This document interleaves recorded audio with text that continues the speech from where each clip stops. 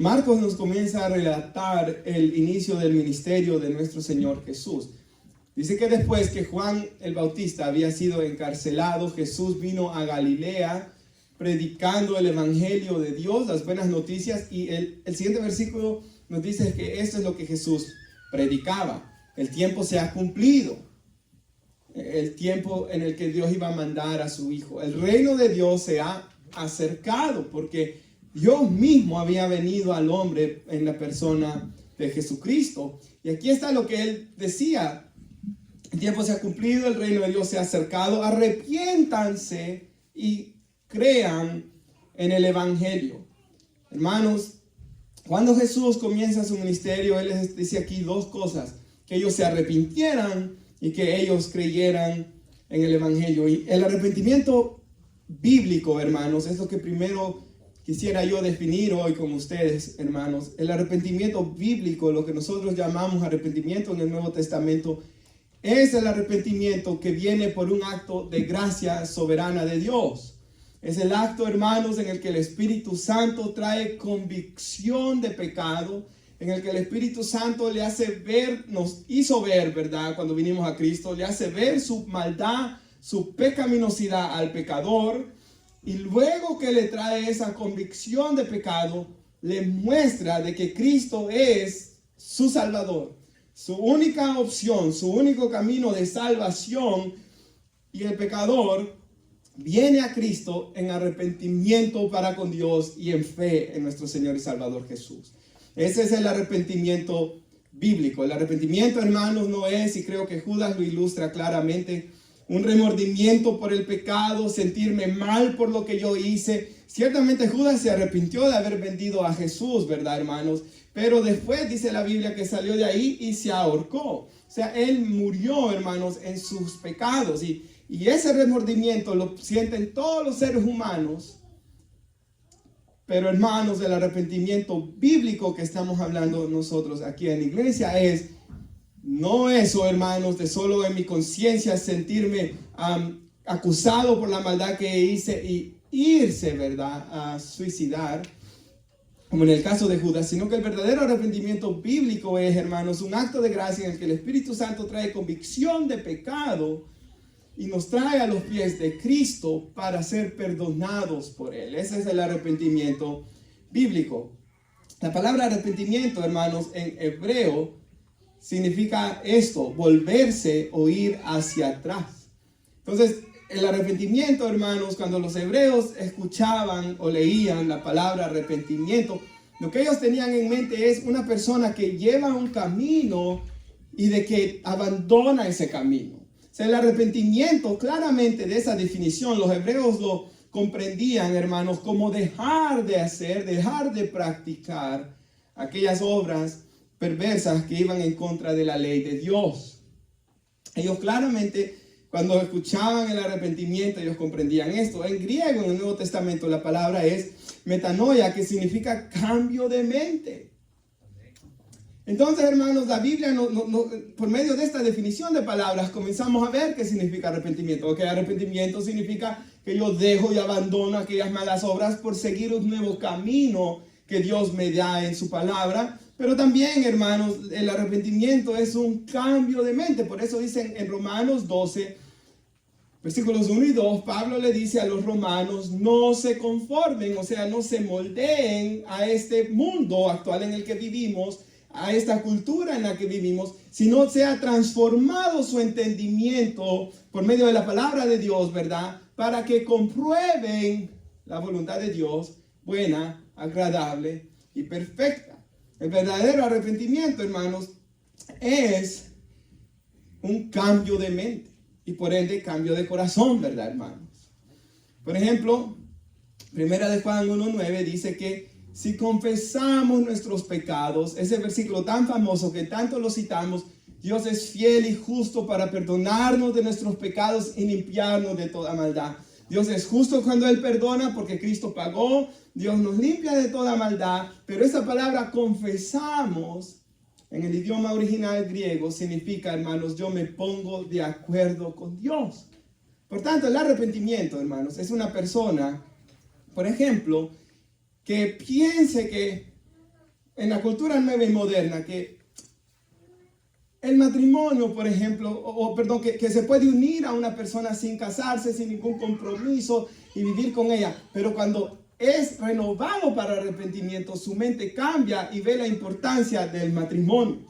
O un hombre que vive con otro hombre y cegado por el odio y por el pecado, quiere vivir así, pero cuando él es renovado para arrepentimiento, su pensamiento cambia y él comienza a ver la maldad de su pecado y él cambia de camino, deja esa mala práctica, ¿verdad? Para comenzar a honrar a Dios. Charles Stanley lo dice así: el arrepentimiento no es cuando lloras, el arrepentimiento es cuando cambias, dice él. Claramente, ¿verdad? Esa definición del hermano Charles Stanley es muy buena. Ahora, dejando eso, hermanos, ¿qué es arrepentimiento? Volverse, dejar el camino que uno lleva por llevar uno nuevo, o metanoia, ¿verdad? Un cambio de mente, pensar como Dios piensa, pensar bíblicamente, hermanos. Y dijimos que el verdadero arrepentimiento es cuando el Espíritu Santo trae convicción de pecado y me lleva a los pies de Jesús. Lo siguiente, hermanos, que yo quisiera es que pudiéramos nuestro salmo. Ahora, usted ve esas letritas que dicen ahí antes del versículo 1, al músico principal. Lo tenemos, hermanos. Salmo de David, cuando después que se llegó a Betsabé, vino a él Natán el profeta. Eso que está ahí escrito, hermanos, no lo escribieron las personas el editorial que hizo esta Biblia, sino que eso, hermanos, fue escrito por el escritor de este salmo. Eso es parte del texto inspirado por el Espíritu de Dios, y esto nos da un contexto para poder entender por qué David está tan quebrantado por su pecado, por qué David está tan avergonzado por su pecado, y por qué David está gritando o clamando por una restauración, hermanos. Ahora dice que esto sucedió después que David se llegó a Betsabé y que Natán lo fue a reprender. Hermanos, nosotros sabemos, ¿verdad?, lo que pasó con el rey David. Bueno, nuestro hermano lo predicaba el día martes, por cierto. Nuestro hermano Henry decía: David se paseaba por el terrado, la terraza de su casa, y vio que se estaba bañando una mujer, y en vez, hermanos, de tratar de mirar a otro lado o de ver, ¿verdad?, ya lo que David tenía en casa, que en esos tiempos, hermanos, los reyes de Israel se habían pervertido tanto que tenían muchas mujeres en casa aparte. El pecado y la codicia que había en el corazón de David lo llevó a comenzar a maquinar cómo hacer para tomar esa mujer. ¿Se acuerda lo que estudiábamos el domingo pasado de Jesse, hermanos, de cómo él comenzó a maquinar cómo ir a mentir para sacarle aquel dinero a Naamán? Igual pasó aquí con David. Él comenzó a maquinar en cómo llevar a cabo aquel pecado. La codicia comenzó a tomar fuerza en él, y él se aprovecha de la posición que él tenía como rey para llamar a esa mujer, para aprovecharse de ella también. Y luego, hermanos, ustedes saben lo que sucede. Esta mujer queda embarazada. David rápidamente, hermanos, manda a llamar a Urías para que se acerque a ella, para que piense que es de él el hijo. Pero aquel hombre es tan fiel que dice: ¿cómo voy a ir yo a hacer esto mientras los demás soldados están allá peleando? David tenía que haber estado con ellos, por cierto, hermanos. Pero vemos que David había perdido completamente su integridad en este momento de su vida. Entonces David viene, le habla hipócritamente, y ahí vemos otro pecado, hermanos. Le estaba mostrando una cara a Urías que no era, porque su intención era matarlo. Le dando una carta sellada por el rey, y el pobre Urías no sabía que lo que le estaba entregando a Joab era su sentencia de muerte. Y usted sabe, la carta le decía a Joab: Joab, deja que Urías se vaya del frente, y cuando él esté bien allá al frente, deja que se aparten de él para que muera. Y murió así Urías. Ahora Urías, hermanos, en otro pasaje de la Biblia, en los libros de 1 Samuel, 1 de Reyes, no recuerdo exactamente dónde está, pero aparece dentro de la lista de los valientes de David, de los mejores soldados de David. David sabía quién era. Antes de pecar, David sabía que era la esposa de Urías también. Pero vemos un hombre, hermanos, dispuesto a pecar contra Dios de tal manera de que después de que ocurre el pecado, hermanos, dice la Biblia que por un año, bueno, deducimos que un año por lo menos pasó, porque pasó todo el embarazo y después el niño había nacido y pasó más tiempo, por lo menos más de un año, ¿verdad? Alrededor de un año, David trató de mantener esto secreto. Por eso Dios le dijo, lo que tú has hecho secretamente, ¿verdad? Que él lo iba a sacar a la luz del sol y todo lo que él iba a pasar. Entonces Natán viene, hermanos, y esa historia está en 2 de Samuel 12, si usted lo quiere leer después en su casa, pero prácticamente Natán lo reprende, y cuando Natán reprende a David, David reconoce que ha pecado. Ahora, hermanos, junto con la reprensión de Natán, viene una consecuencia de pecado. Y Natán le dice a David algunas cosas, que el mal se le iba a levantar dentro de su propia casa, sucede, de que nunca iba a haber paz en Israel, de aquí en adelante siempre iba a estar en guerra, que iba a ser perseguido, y el resto de los días de David, los que hemos leído el libro de 2 de Samuel, sabemos que David no vuelve a hacer su vida igual. Ya es problema tras problema, tras problema, tras problema, tras problema, y vemos que él quedó tan dañado, hermanos, su integridad moral, de que él comienza a alcahuetear a Absalón, a Amón, aquí, allá, y comienza a hacer que los hijos se comiencen a pelear más entre ellos, un favoritismo por Absalón. Y hermanos, vemos cómo los pecados y pecados y pecados llegan hasta que 4 hijos de David mueren, incluyendo el bebé del pecado con Betsabé, y Absalón, Amón, y el último que muere cuando está peleando con Salomón. Hermanos, vemos todo lo que ocurrió en la vida de David por su pecado. Hermanos, nunca olvidemos que el pecado tiene consecuencias. Yo me recuerdo una vez un hombre en la cárcel, enojado con Dios por los años que le estaban dando, y había cometido un asesinato, hermanos. O sea, hay gente que de verdad a mí me admira, hermanos. Vienen y hacen semejante maldad y luego se enojan. Pero la Biblia claramente nos enseña, hermanos, que el pecado tiene consecuencias. Hay hombres que quieren tomar la gracia de Dios por burla, ¿verdad? Y luego vienen y ¿verdad? Tiene que saber uno, hermanos, que un adulterio puede causar el matrimonio, destruir el matrimonio, ¿verdad? De que, hermanos, robar y no pagar los impuestos me puede causar ir a la cárcel también, ¿verdad, hermanos? O sea, yo tengo que saber que cuando cometo pecados, es más, la Biblia dice también que Dios al que toma por hijo lo disciplina y él azota. Entonces, hay un castigo por ser cristiano que Dios me da. Hay un castigo, hermanos, de la ley, que dice la Biblia que Dios dejó la ley y el gobierno para que le sirvan a él, para castigar al malhechor. Hay un castigo, hermanos, también la siembra y la cosecha, ¿verdad? La Escritura nos enseña esto claramente. Y por eso es que el pueblo de Dios, por una parte, no debe de pecar, porque hay consecuencias. Si bien esa no debe ser la razón primordial, como vamos a estudiar aquí, por la cual yo no debo de pecar, pero ciertamente hay consecuencias. Con todo eso en mente, hermanos, vamos a leer el versículo 1. ¿Verdad? Todo lo que hizo David, todo lo que le pasó, él está en una situación tan terrible. Yo no me puedo ni imaginar estar en esos zapatos de este hombre. Qué culpabilidad de pensar en un hombre tan... No sé, piensen usted en una persona que usted considere que es tan buena, tan correcta, que ha sido tan buena como usted, y que usted le hiciera una fechoría así. David, hermanos, carga la sangre de este hombre sobre él. David carga lo que ha hecho con esa mujer Betsabé. David carga con haber pecado contra el Dios que lo sacó de estar con un montón de ovejas y lo ha puesto por príncipe de su pueblo Israel, y que le prometió Dios de que de su descendencia iba a venir su hijo que iba a morir por los pecados de todos, que es Jesús. Cuando David recibe las promesas de Dios, él se humilla y dice: ¿quién soy yo para que Dios me bendiga tanto? Todo eso este hombre lo estaba cargando, hermanos, en su interior.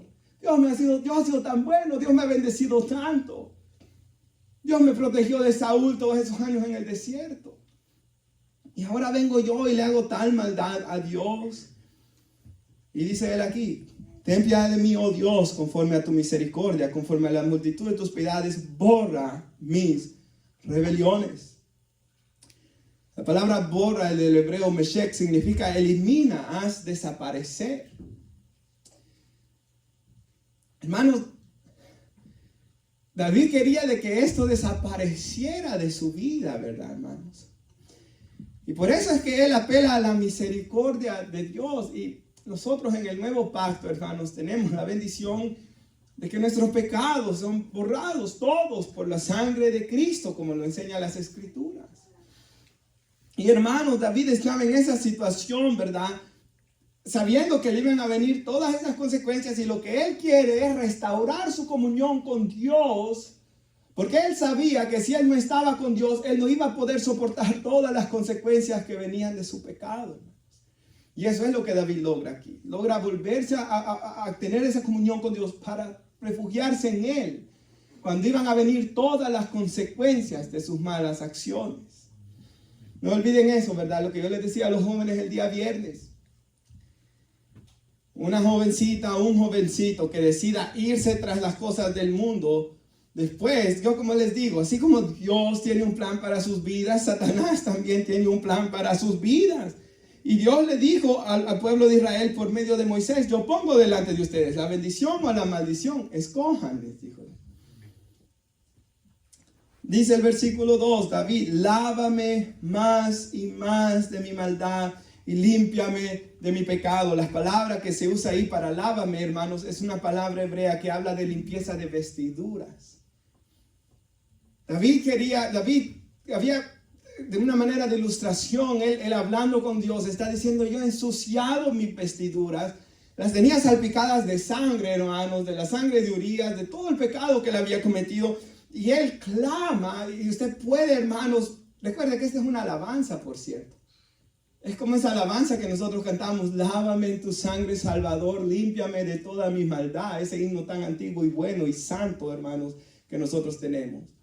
Entonces David aquí está diciendo algo similar. Y recuerdo, hermanos, yo siempre cuando leí eso, que eso significaba limpieza de las vestiduras, me acuerdo lo que Dios dice en Apocalipsis, ¿verdad? Que aquellos que estaban con ropas blancas habían sido emblanquecidas sus vestiduras porque habían sido lavados en la sangre del Cordero, dice la Escritura.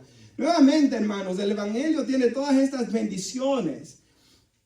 De que, por ejemplo, hermanos, usted se acuerda cuando Jesús muere en la cruz, uno de los dos ladrones que está ahí le dice al Señor que se acordara de él cuando estuviera en su reino. Y Jesús le dijo: de cierto te digo, hoy estarás conmigo en el paraíso. Y ese hombre, hermanos, estaba ahí crucificado por 6 horas a la par de Jesús. Luego que Jesús muere, le llegan a quebrar las piernas, se termina de asfixiar, muere este hombre. Y lo que había comenzado, hermanos, como el peor y más oscuro día de su vida, y que ese hombre dijo: todo esto que me está pasando a mí, te está pasando a ti, le dijo al otro ladrón, por nuestras propias malas obras nos está pasando. Pero este hombre ha sido justo y santo, pero por creer en Jesús, qué bendición de que el día más oscuro de su vida terminó siendo el mejor día de su vida, porque él se levantó, hermanos. Despertó de su muerte, ¿verdad? Estando con nuestro Señor y Salvador Jesús. Desde ahí hasta acá, todos los pecadores, somos salvos por la gracia y la misericordia de nuestro Dios, ¿verdad? David pedía que lo limpiara. David pedía que fueran borrados sus pecados, algo que lo tenemos en el Evangelio.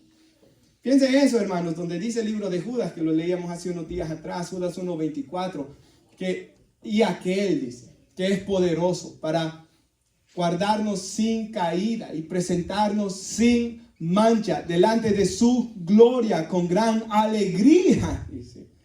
Hermanos, qué privilegio que la iglesia de Cristo en aquel día se presente sin mancha delante de su gloria.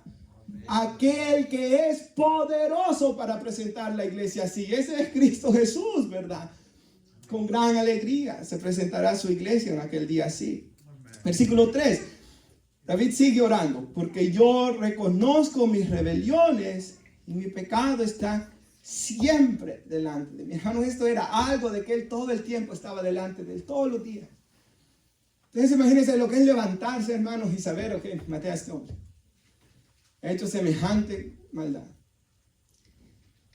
Pero él, hermanos, como dice él, ¿verdad? Él trató de mantener aquello lo más secreto posible, lo más callado posible. Pero por dentro su pecado lo estaba matando, ¿verdad? La palabra pecado que se usa aquí, hermanos, el hebreo hatá o katá, en inglés he visto que lo traducen katá, ¿verdad? Porque la K y la J se traduce a veces diferente en inglés o en español. Pero hatá significa errar al blanco.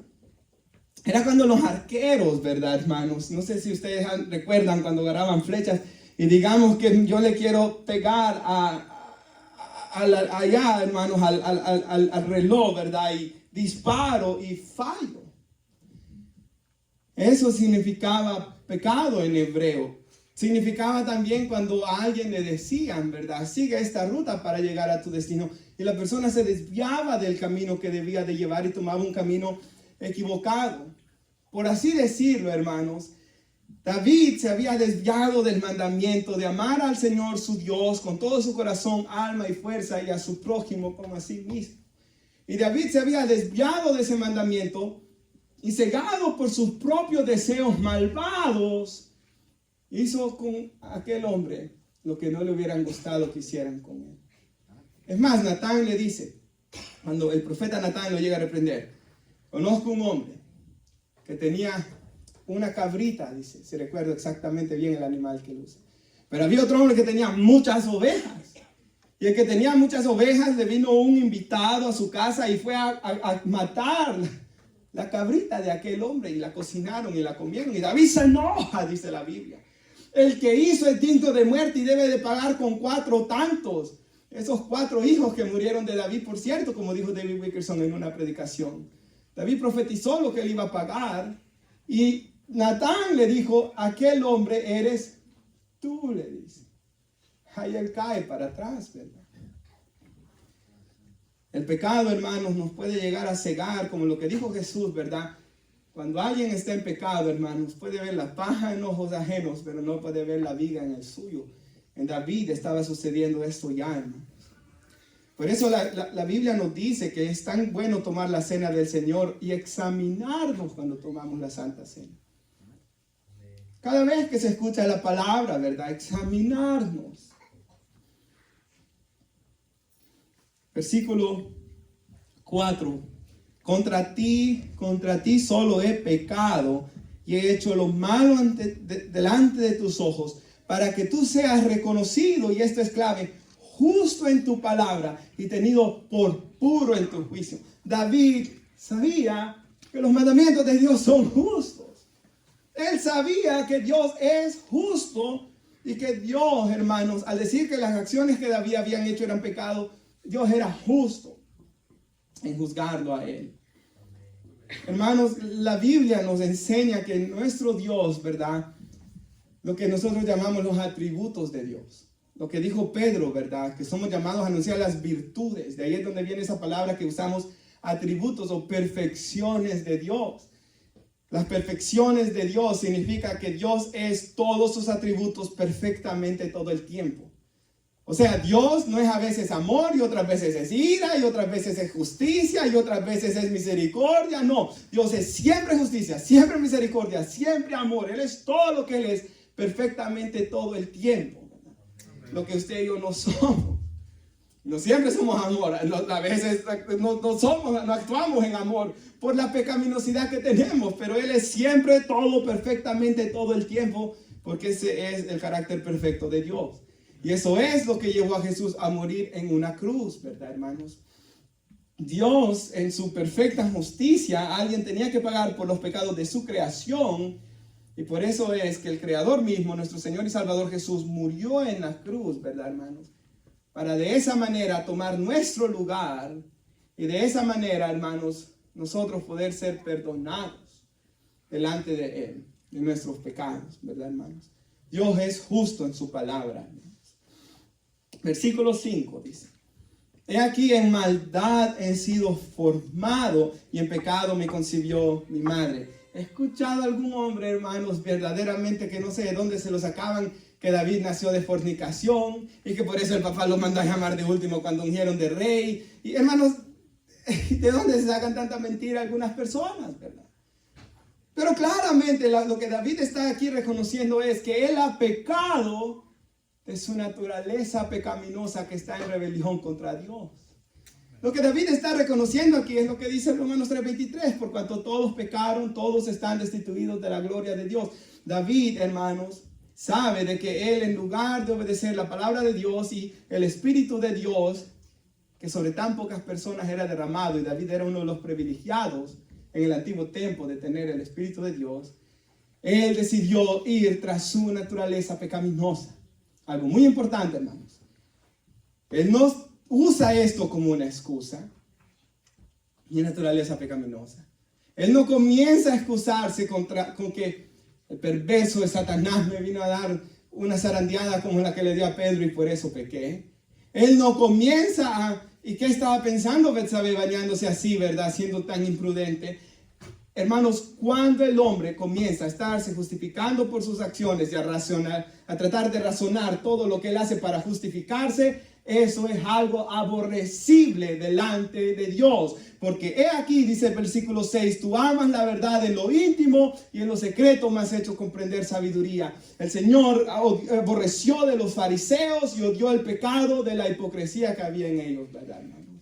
No hay nada peor para Dios de que uno no sea sincero, hermanos. Y aquí David nos comienza como Adán, ¿verdad? Adán culpa a Dios. La mujer que tú me diste es la que me hizo cometer este gran pecado, ¿verdad? Sino que David, hermanos, vemos un arrepentimiento bíblico. Bueno, y hay un video de Rocky Balboa, ¿verdad? Donde el hijo le está echando la culpa a Rocky en la última película de Rocky. Por tu culpa no puedo conseguir un buen trabajo. La gente solo me da trabajo porque sabe que soy tu hijo. Y Rocky le contesta, solo los cobardes le echan la culpa a otros de que ellos no pueden lograr lo que ellos quieren con su vida. Y tú no eres uno de ellos, le dice. Y es verdad, hermanos. David no comienza aquí a culpar, a echar. Él reconoce sus pecados. Y eso es algo muy importante, hermanos. Porque en nuestra naturaleza pecaminosa nosotros queremos comenzar a culpar, ¿verdad? Mis papás tienen las culpas que yo sea como soy. Alguna parte de responsabilidad tendrán, pero al final soy yo, ¿verdad? Que el mundo en el que yo vivo, que la naturaleza pecaminosa que yo tengo, de que el daño que me hicieron me hace actuar de esta manera. Y todo eso, hermanos, tiene su necesidad de sanidad nosotros en nuestro interior. Pero al final, hermanos, Dios nos da la gracia suficiente para ser sanado de todas estas cosas. ¿Y cuánta gente hay que sufre tanto y hacen tanto bien? Y no terminan amargados, y no terminan con una raíz de amargura. Pero hay algunos que les gusta agarrarse de cualquier cosa como excusa para seguir tras sus pecados. Y el Señor no los tendrá por inocentes. Tú amas la verdad en lo íntimo. Ahora, hermanos, David fue un hombre que él aprendió la intimidad con Dios. Él conocía a Dios íntimamente. Si usted lee esos salmos, es más, fue David quien escribió más salmos que cualquier otra persona, más alabanzas. Este hombre, hermanos, conocía la intimidad con Dios, la adoración. Él habla de alabar a Dios por la hermosura de su santidad. Este hombre conocía a Dios. Es algo que a veces yo veo en la vida de David, hermanos. Cuando él estaba en el desierto, él escribió algunos de sus más preciosos salmos. Cuando él estaba, hermano, siendo perseguido, o cuando él no tenía nada, vemos que era un jovencito que no tenía nada, pero tenía tal fe que se enfrentó con aquel hombre de casi 3 metros de altura, cuando todos los demás temblaban, ¿verdad? Pero vemos a David también aquí, ya con dinero, ya con prosperidad, ya con que se sentía que la tenía hecha, hermanos. Claramente, porque él no fue a la guerra, vemos que él ya estaba descuidando sus responsabilidades. Y eso nos lleva a pensar, hermanos, que él también, por las acciones que él tomó, él había descuidado, hermanos, su comunión y su diario caminar con el Señor, ¿verdad? Por eso es que dice la Biblia en Hechos 2:42, y los discípulos perseveraban, o sea, era un constante, perseveraban en la doctrina de los apóstoles, constantemente en la comunión unos con otros, constantemente partían el pan tomando la cena del Señor, examinándose, hermanos. Constantemente en las oraciones, este era el perseverar. ¿Y qué dice la Biblia que venía como resultado? Cuando ellos comían juntos, lo hacían con alegría y sencillez de corazón, ¿verdad, hermanos? El hermano que predicaba ayer en la conferencia de caballeros, que tuve el privilegio de ir en New Jersey, él decía algo. Cuando usted se levantó hoy en la mañana, ¿con qué pie se levantó? De la cama. Y bueno, yo no sé, dije yo en mi mente, ¿usted lo hizo conscientemente o solo lo hizo? Solo lo hizo. Porque como es algo que hace todo el tiempo, ya le viene natural, dijo él. Y usted dijo cuando comió, se puso a pensar con la mano izquierda o la izquierda o la derecha agarró esto. No, no simplemente come. A veces uno hasta maneja y muchas veces llega hasta el lugar que uno va a llegar y, ¿cómo es que llegué aquí? Llega hasta decir uno, ¿verdad? Hay muchas cosas que automáticas uno lo hace. Y él dijo, si tú pasas en constante comunión con Dios, los frutos van a salir natural, dijo él. Y eso me gustó, hermano. Porque lo haces tanto, porque tienes tanto esta disciplina, de que naturalmente va a salir lo bueno. Pero también si estamos constantemente en nuestras prácticas pecaminosas, naturalmente va a salir el mal, hermanos. Dice el versículo 7, ¿lo tenemos? Dice acá, purifícame, dice David, con hisopo, y no son los hisopos de los oídos, ¿verdad, hermano? Y seré limpio, lávame y seré más blanco que la nieve. Ahora, ¿qué es hisopo, hermanos? Hisopo era una planta frondosa que le ponían en ocasiones sangre o en ocasiones le ponían agua para limpieza ceremonial, ¿verdad? Digamos, cuando Dios le da la ley, ¿verdad? Ellos son rociados con sangre en el pacto antiguo, ¿verdad? Entonces era una manera de ser limpiados ceremonialmente para poder acercarse a Dios. Y esta sangre con la que eran rociados, ¿verdad? Una planta frondosa, recuerde, con la que ellos eran rociados con sangre o con agua, era simbólico de lo que Cristo un día iba a venir a hacer por su pueblo. Y traigo un versículo que lo usamos mucho, pero en este contexto creo que nos va a ayudar a apreciarlo más. Hebreos, por favor, 9. Y el autor de Hebreos le recuerda a aquellos hebreos, por cierto, porque si la sangre de los machos cabríos y de los toros y la ceniza de la novia rociadas con este hisopo sobre los que se han contaminado santifican para la purificación de la carne, cuanto más la sangre de Cristo, quien por el Espíritu eterno se ofreció a Dios sin mancha, purificará nuestras conciencias de obras muertas para servir al Dios vivo.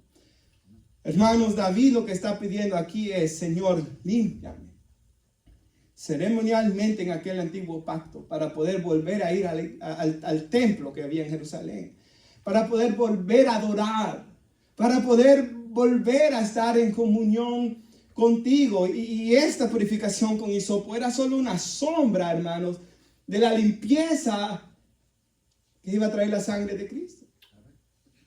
Piense eso. Purifica nuestras conciencias de obras muertas, o sea, la sangre del Señor. Y por eso Pablo, ¿verdad? A mí siempre me gusta ese ejemplo de Pablo. Dice, cuando le escribe a Timoteo, habla de que él sirve a Dios con limpia conciencia, dice él. Si alguien tenía una conciencia toda sucia de tantas cosas que hizo, es él, ¿verdad? Pero él, como había comprendido el Evangelio, dice, yo sirvo a Dios con limpia conciencia, porque si no estamos con limpia conciencia, no se puede servir a Dios. David, mientras estaba con eso, hermanos, que maté a Urías, que hice semejante cosa, eso lo estaba comiendo por dentro. Y de ahí la importancia, hermanos, a que no tengamos una práctica pecaminosa, porque si tenemos una práctica pecaminosa, eso siempre nos va a robar el gozo. Nunca nos va a dejar ser dignos. Y yo no quiero vivir así. La vida es tan corta, hermanos, para estar todo el tiempo que el diablo me tiene en una área, que el diablo me está meneando en una área. No, yo quiero ser libre para servir a Dios y gozarme en Dios. No dejemos que el diablo nos tenga así, hermanos, siempre agarrados, siempre a una área no rendida a los pies de Jesús. No. Versículo 8, y ahí comenzamos a ver, hermanos. Un versículo más, perdón, ahí arriba quisiera poner Hebreos 10, donde nos vuelve a decir, hermanos, puesto que tenemos confianza para entrar en el lugar santísimo por la sangre de Jesús. Una vez más, hermanos, el escritor de Hebreos nos está diciendo constantemente que vengamos a Cristo gracias a Dios, gracias a la limpieza de pecado que tenemos en Cristo. Versículo 8 del Salmo 51. Hazme oír gozo y alegría y se recrearán los huesos que has abatido. Hermanos, cuando él estaba en esa situación, ¿verdad? Este hombre ya no quería estar ahí. Él comienza a decir, Señor, hazme oír gozo y alegría. O sea, yo quiero salir ya de esta situación en la que yo me estoy encontrando acá. Y quisiera leerles algo que me gustó, hermanos, en una Biblia de estudio que tengo. Estaba leyendo, hermanos. Me gusta leer, por ejemplo, si voy a predicar algo, hermanos, me gusta leerlo en diferentes versiones.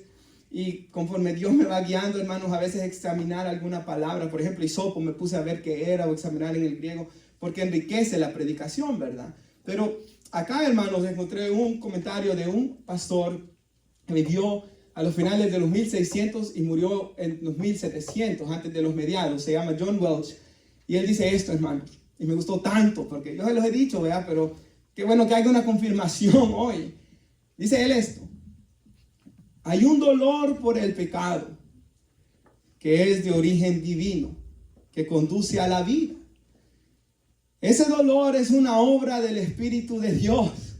Ese dolor, esa tristeza que nos lleva a arrepentimiento, dijo Pablo, ¿verdad?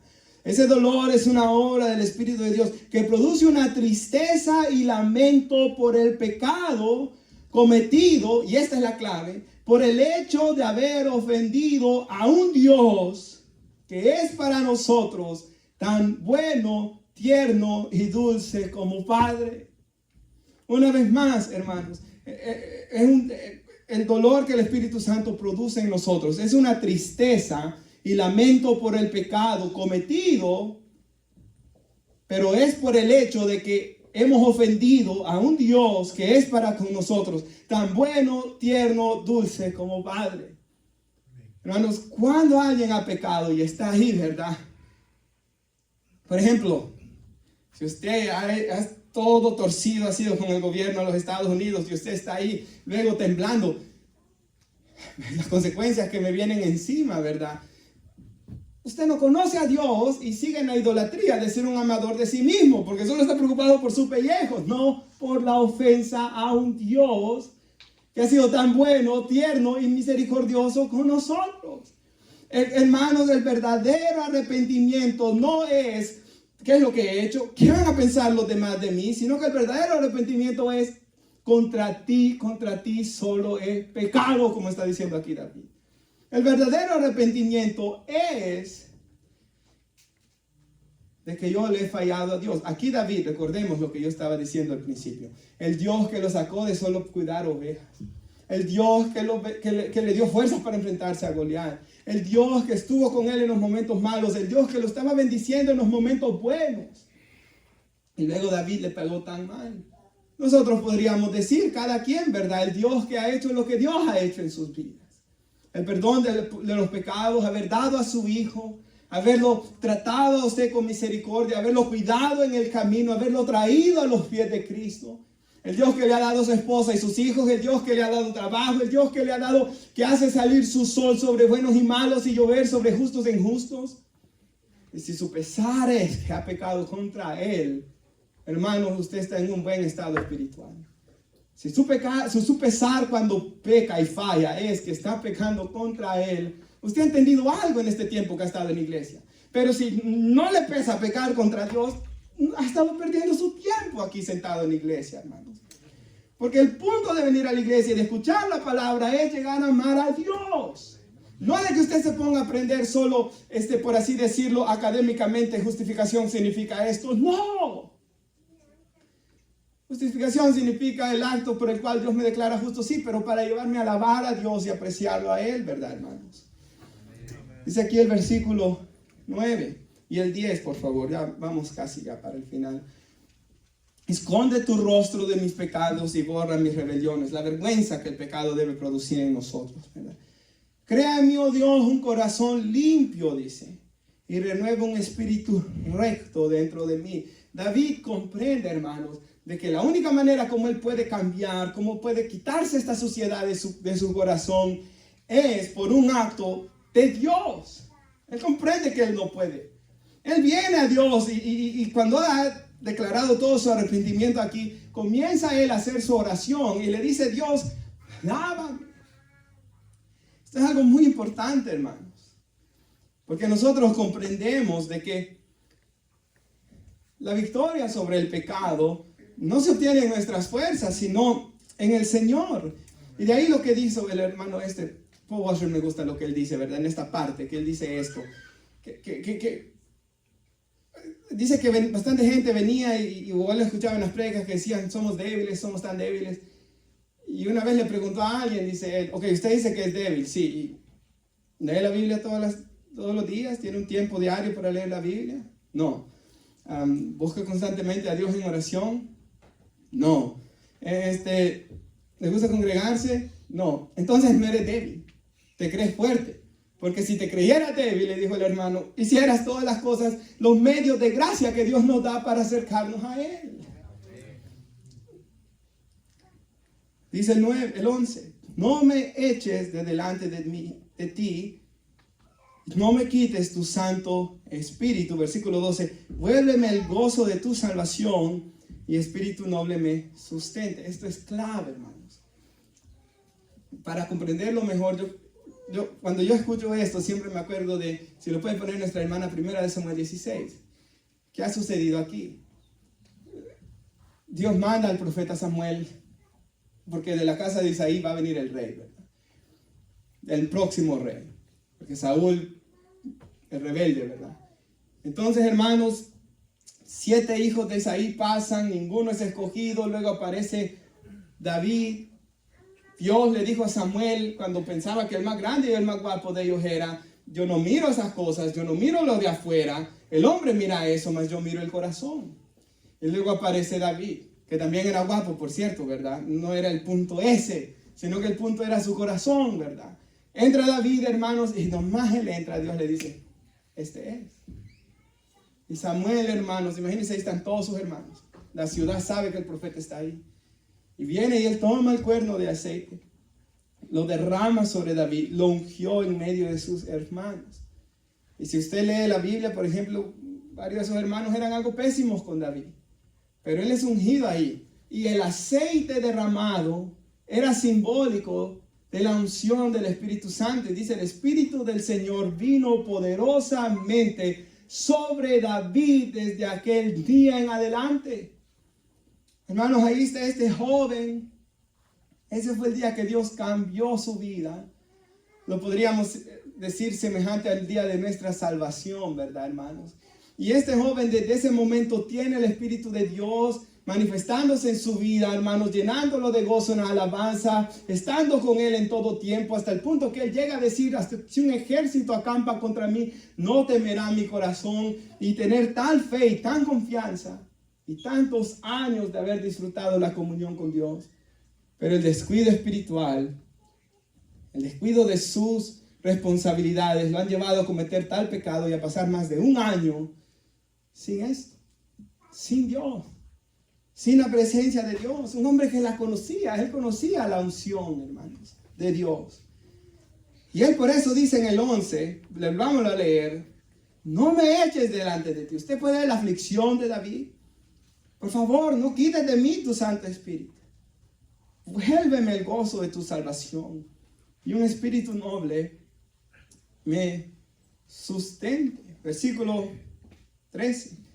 Entonces enseñaré a los transgresores tus caminos y los pecadores se convertirán a ti. Líbrame de homicidios, oh Dios, Dios de mi salvación. Cantará mi lengua tu justicia. David pide aquí dos cosas. Uno, confiesa su pecado directamente cuál fue, que fue el homicidio. Y le pide a Dios que lo libre de volver a cometer otra fechoría igual. Arrepentimiento, ¿verdad?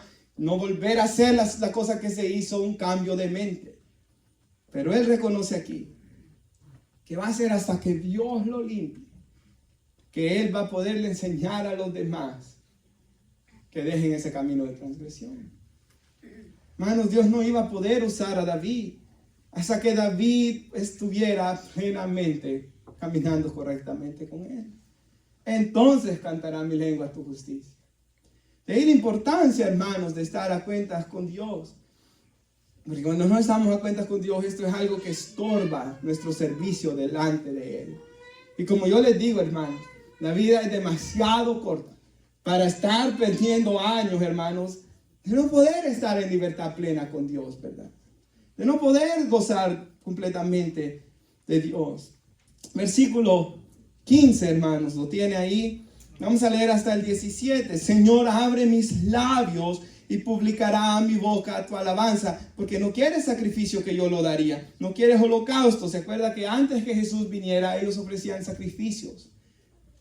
Pero David dice, tú no quieres estos. ¿Por qué? Porque Dios mismo dijo en el Antiguo Testamento que a veces la gente solo lo hacía como una costumbre y religiosa, pero no de en su corazón arrepentido. Pero por eso dice David en el 17, los sacrificios de Dios son el espíritu quebrantado, el corazón contrito y humillado no despreciarás tú, Dios. Y si va a ver el 19, dice, entonces te agradarán los sacrificios de justicia, el holocausto y ofrenda del todo quemada. Se ofrecerán becerros sobre tu altar. Él sabía, hermanos, de que si él iba a venir en sacrificios para pedir perdón, y cada sacrificio apuntaba al sacrificio perfecto de Cristo, ¿verdad, hermanos? Solo iba a ser efectivo en la vida de David si su corazón era correcto, contrito y humillado. Cristo murió ya en una cruz, hermanos, pero nuestro corazón debe ser correcto para con Él. Y sabe aquí, hermanos, este hombre, hermanos, en 2 Samuel 23:1 dice esto: David, el ungido de Dios, el dulce cantor de Israel, o dulce salmista de Israel, dice otras traducciones. Este hombre, hermanos, había sido un hombre de alabanza. Este hombre había sido un hombre que él se gozaba, que tocaba el arpa, y hasta los demonios se le iban a Saúl, ¿verdad, hermanos? Este era un hombre de que había disfrutado de la presencia de Dios. Y por eso es, hermanos, que él con este corazón contrito y humillado pide a Dios que él se pueda comenzar a gozar nuevamente en él. Y quisiera un versículo, ya casi concluyendo, si lo puede poner nuestra hermana Hebreos.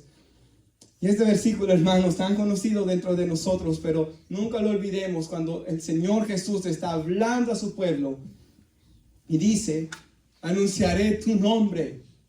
El Hijo le está hablando al Padre aquí, hermanos. Anunciaré tu nombre a mis hermanos, todos los que íbamos a ser hijos de Dios por medio de la adopción en Cristo Jesús. Entonces Jesús iba a venir a anunciar su nombre, o sea, a darnos salvación, ¿verdad?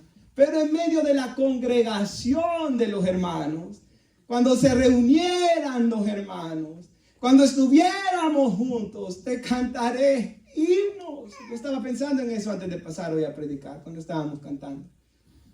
Qué promesa tan especial, hermanos, que Dios promete su presencia especial cuando su pueblo se reúne a adorarlo. Pero no vamos a poder disfrutar de ser adoradores en espíritu y en verdad si nuestro corazón no es verdadero delante de Dios.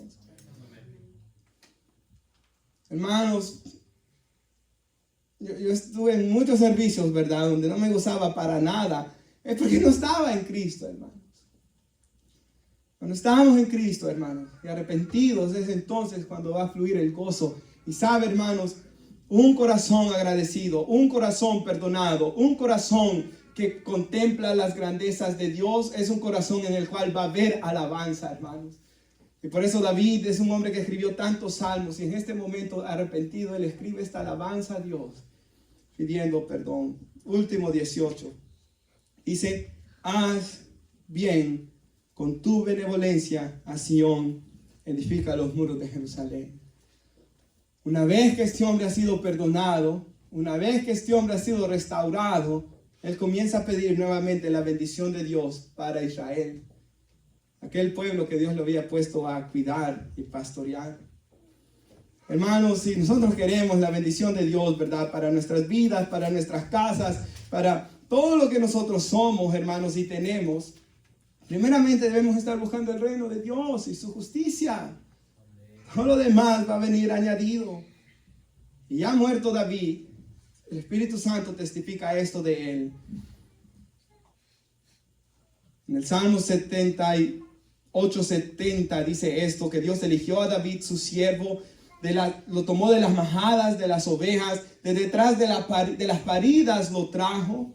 Esa era la vida de David. Y Dios lo sacó de ahí para que apacentase a Jacob, su pueblo, y a Israel, su heredad. Y dice que Él los pastoreó conforme a la integridad de su corazón. Los apacentó conforme a la integridad de su corazón. Y los pastoreó con habilidad de sus manos. Hermanos, Dios bendijo nuevamente el trabajo pastoral de rey que tenía en ese tiempo David. Hermanos, y de igual manera Dios nos va a bendecir a nosotros pero sí nuestros corazones están rectos con Él, ¿verdad? Nos ponemos de pie, hermanos.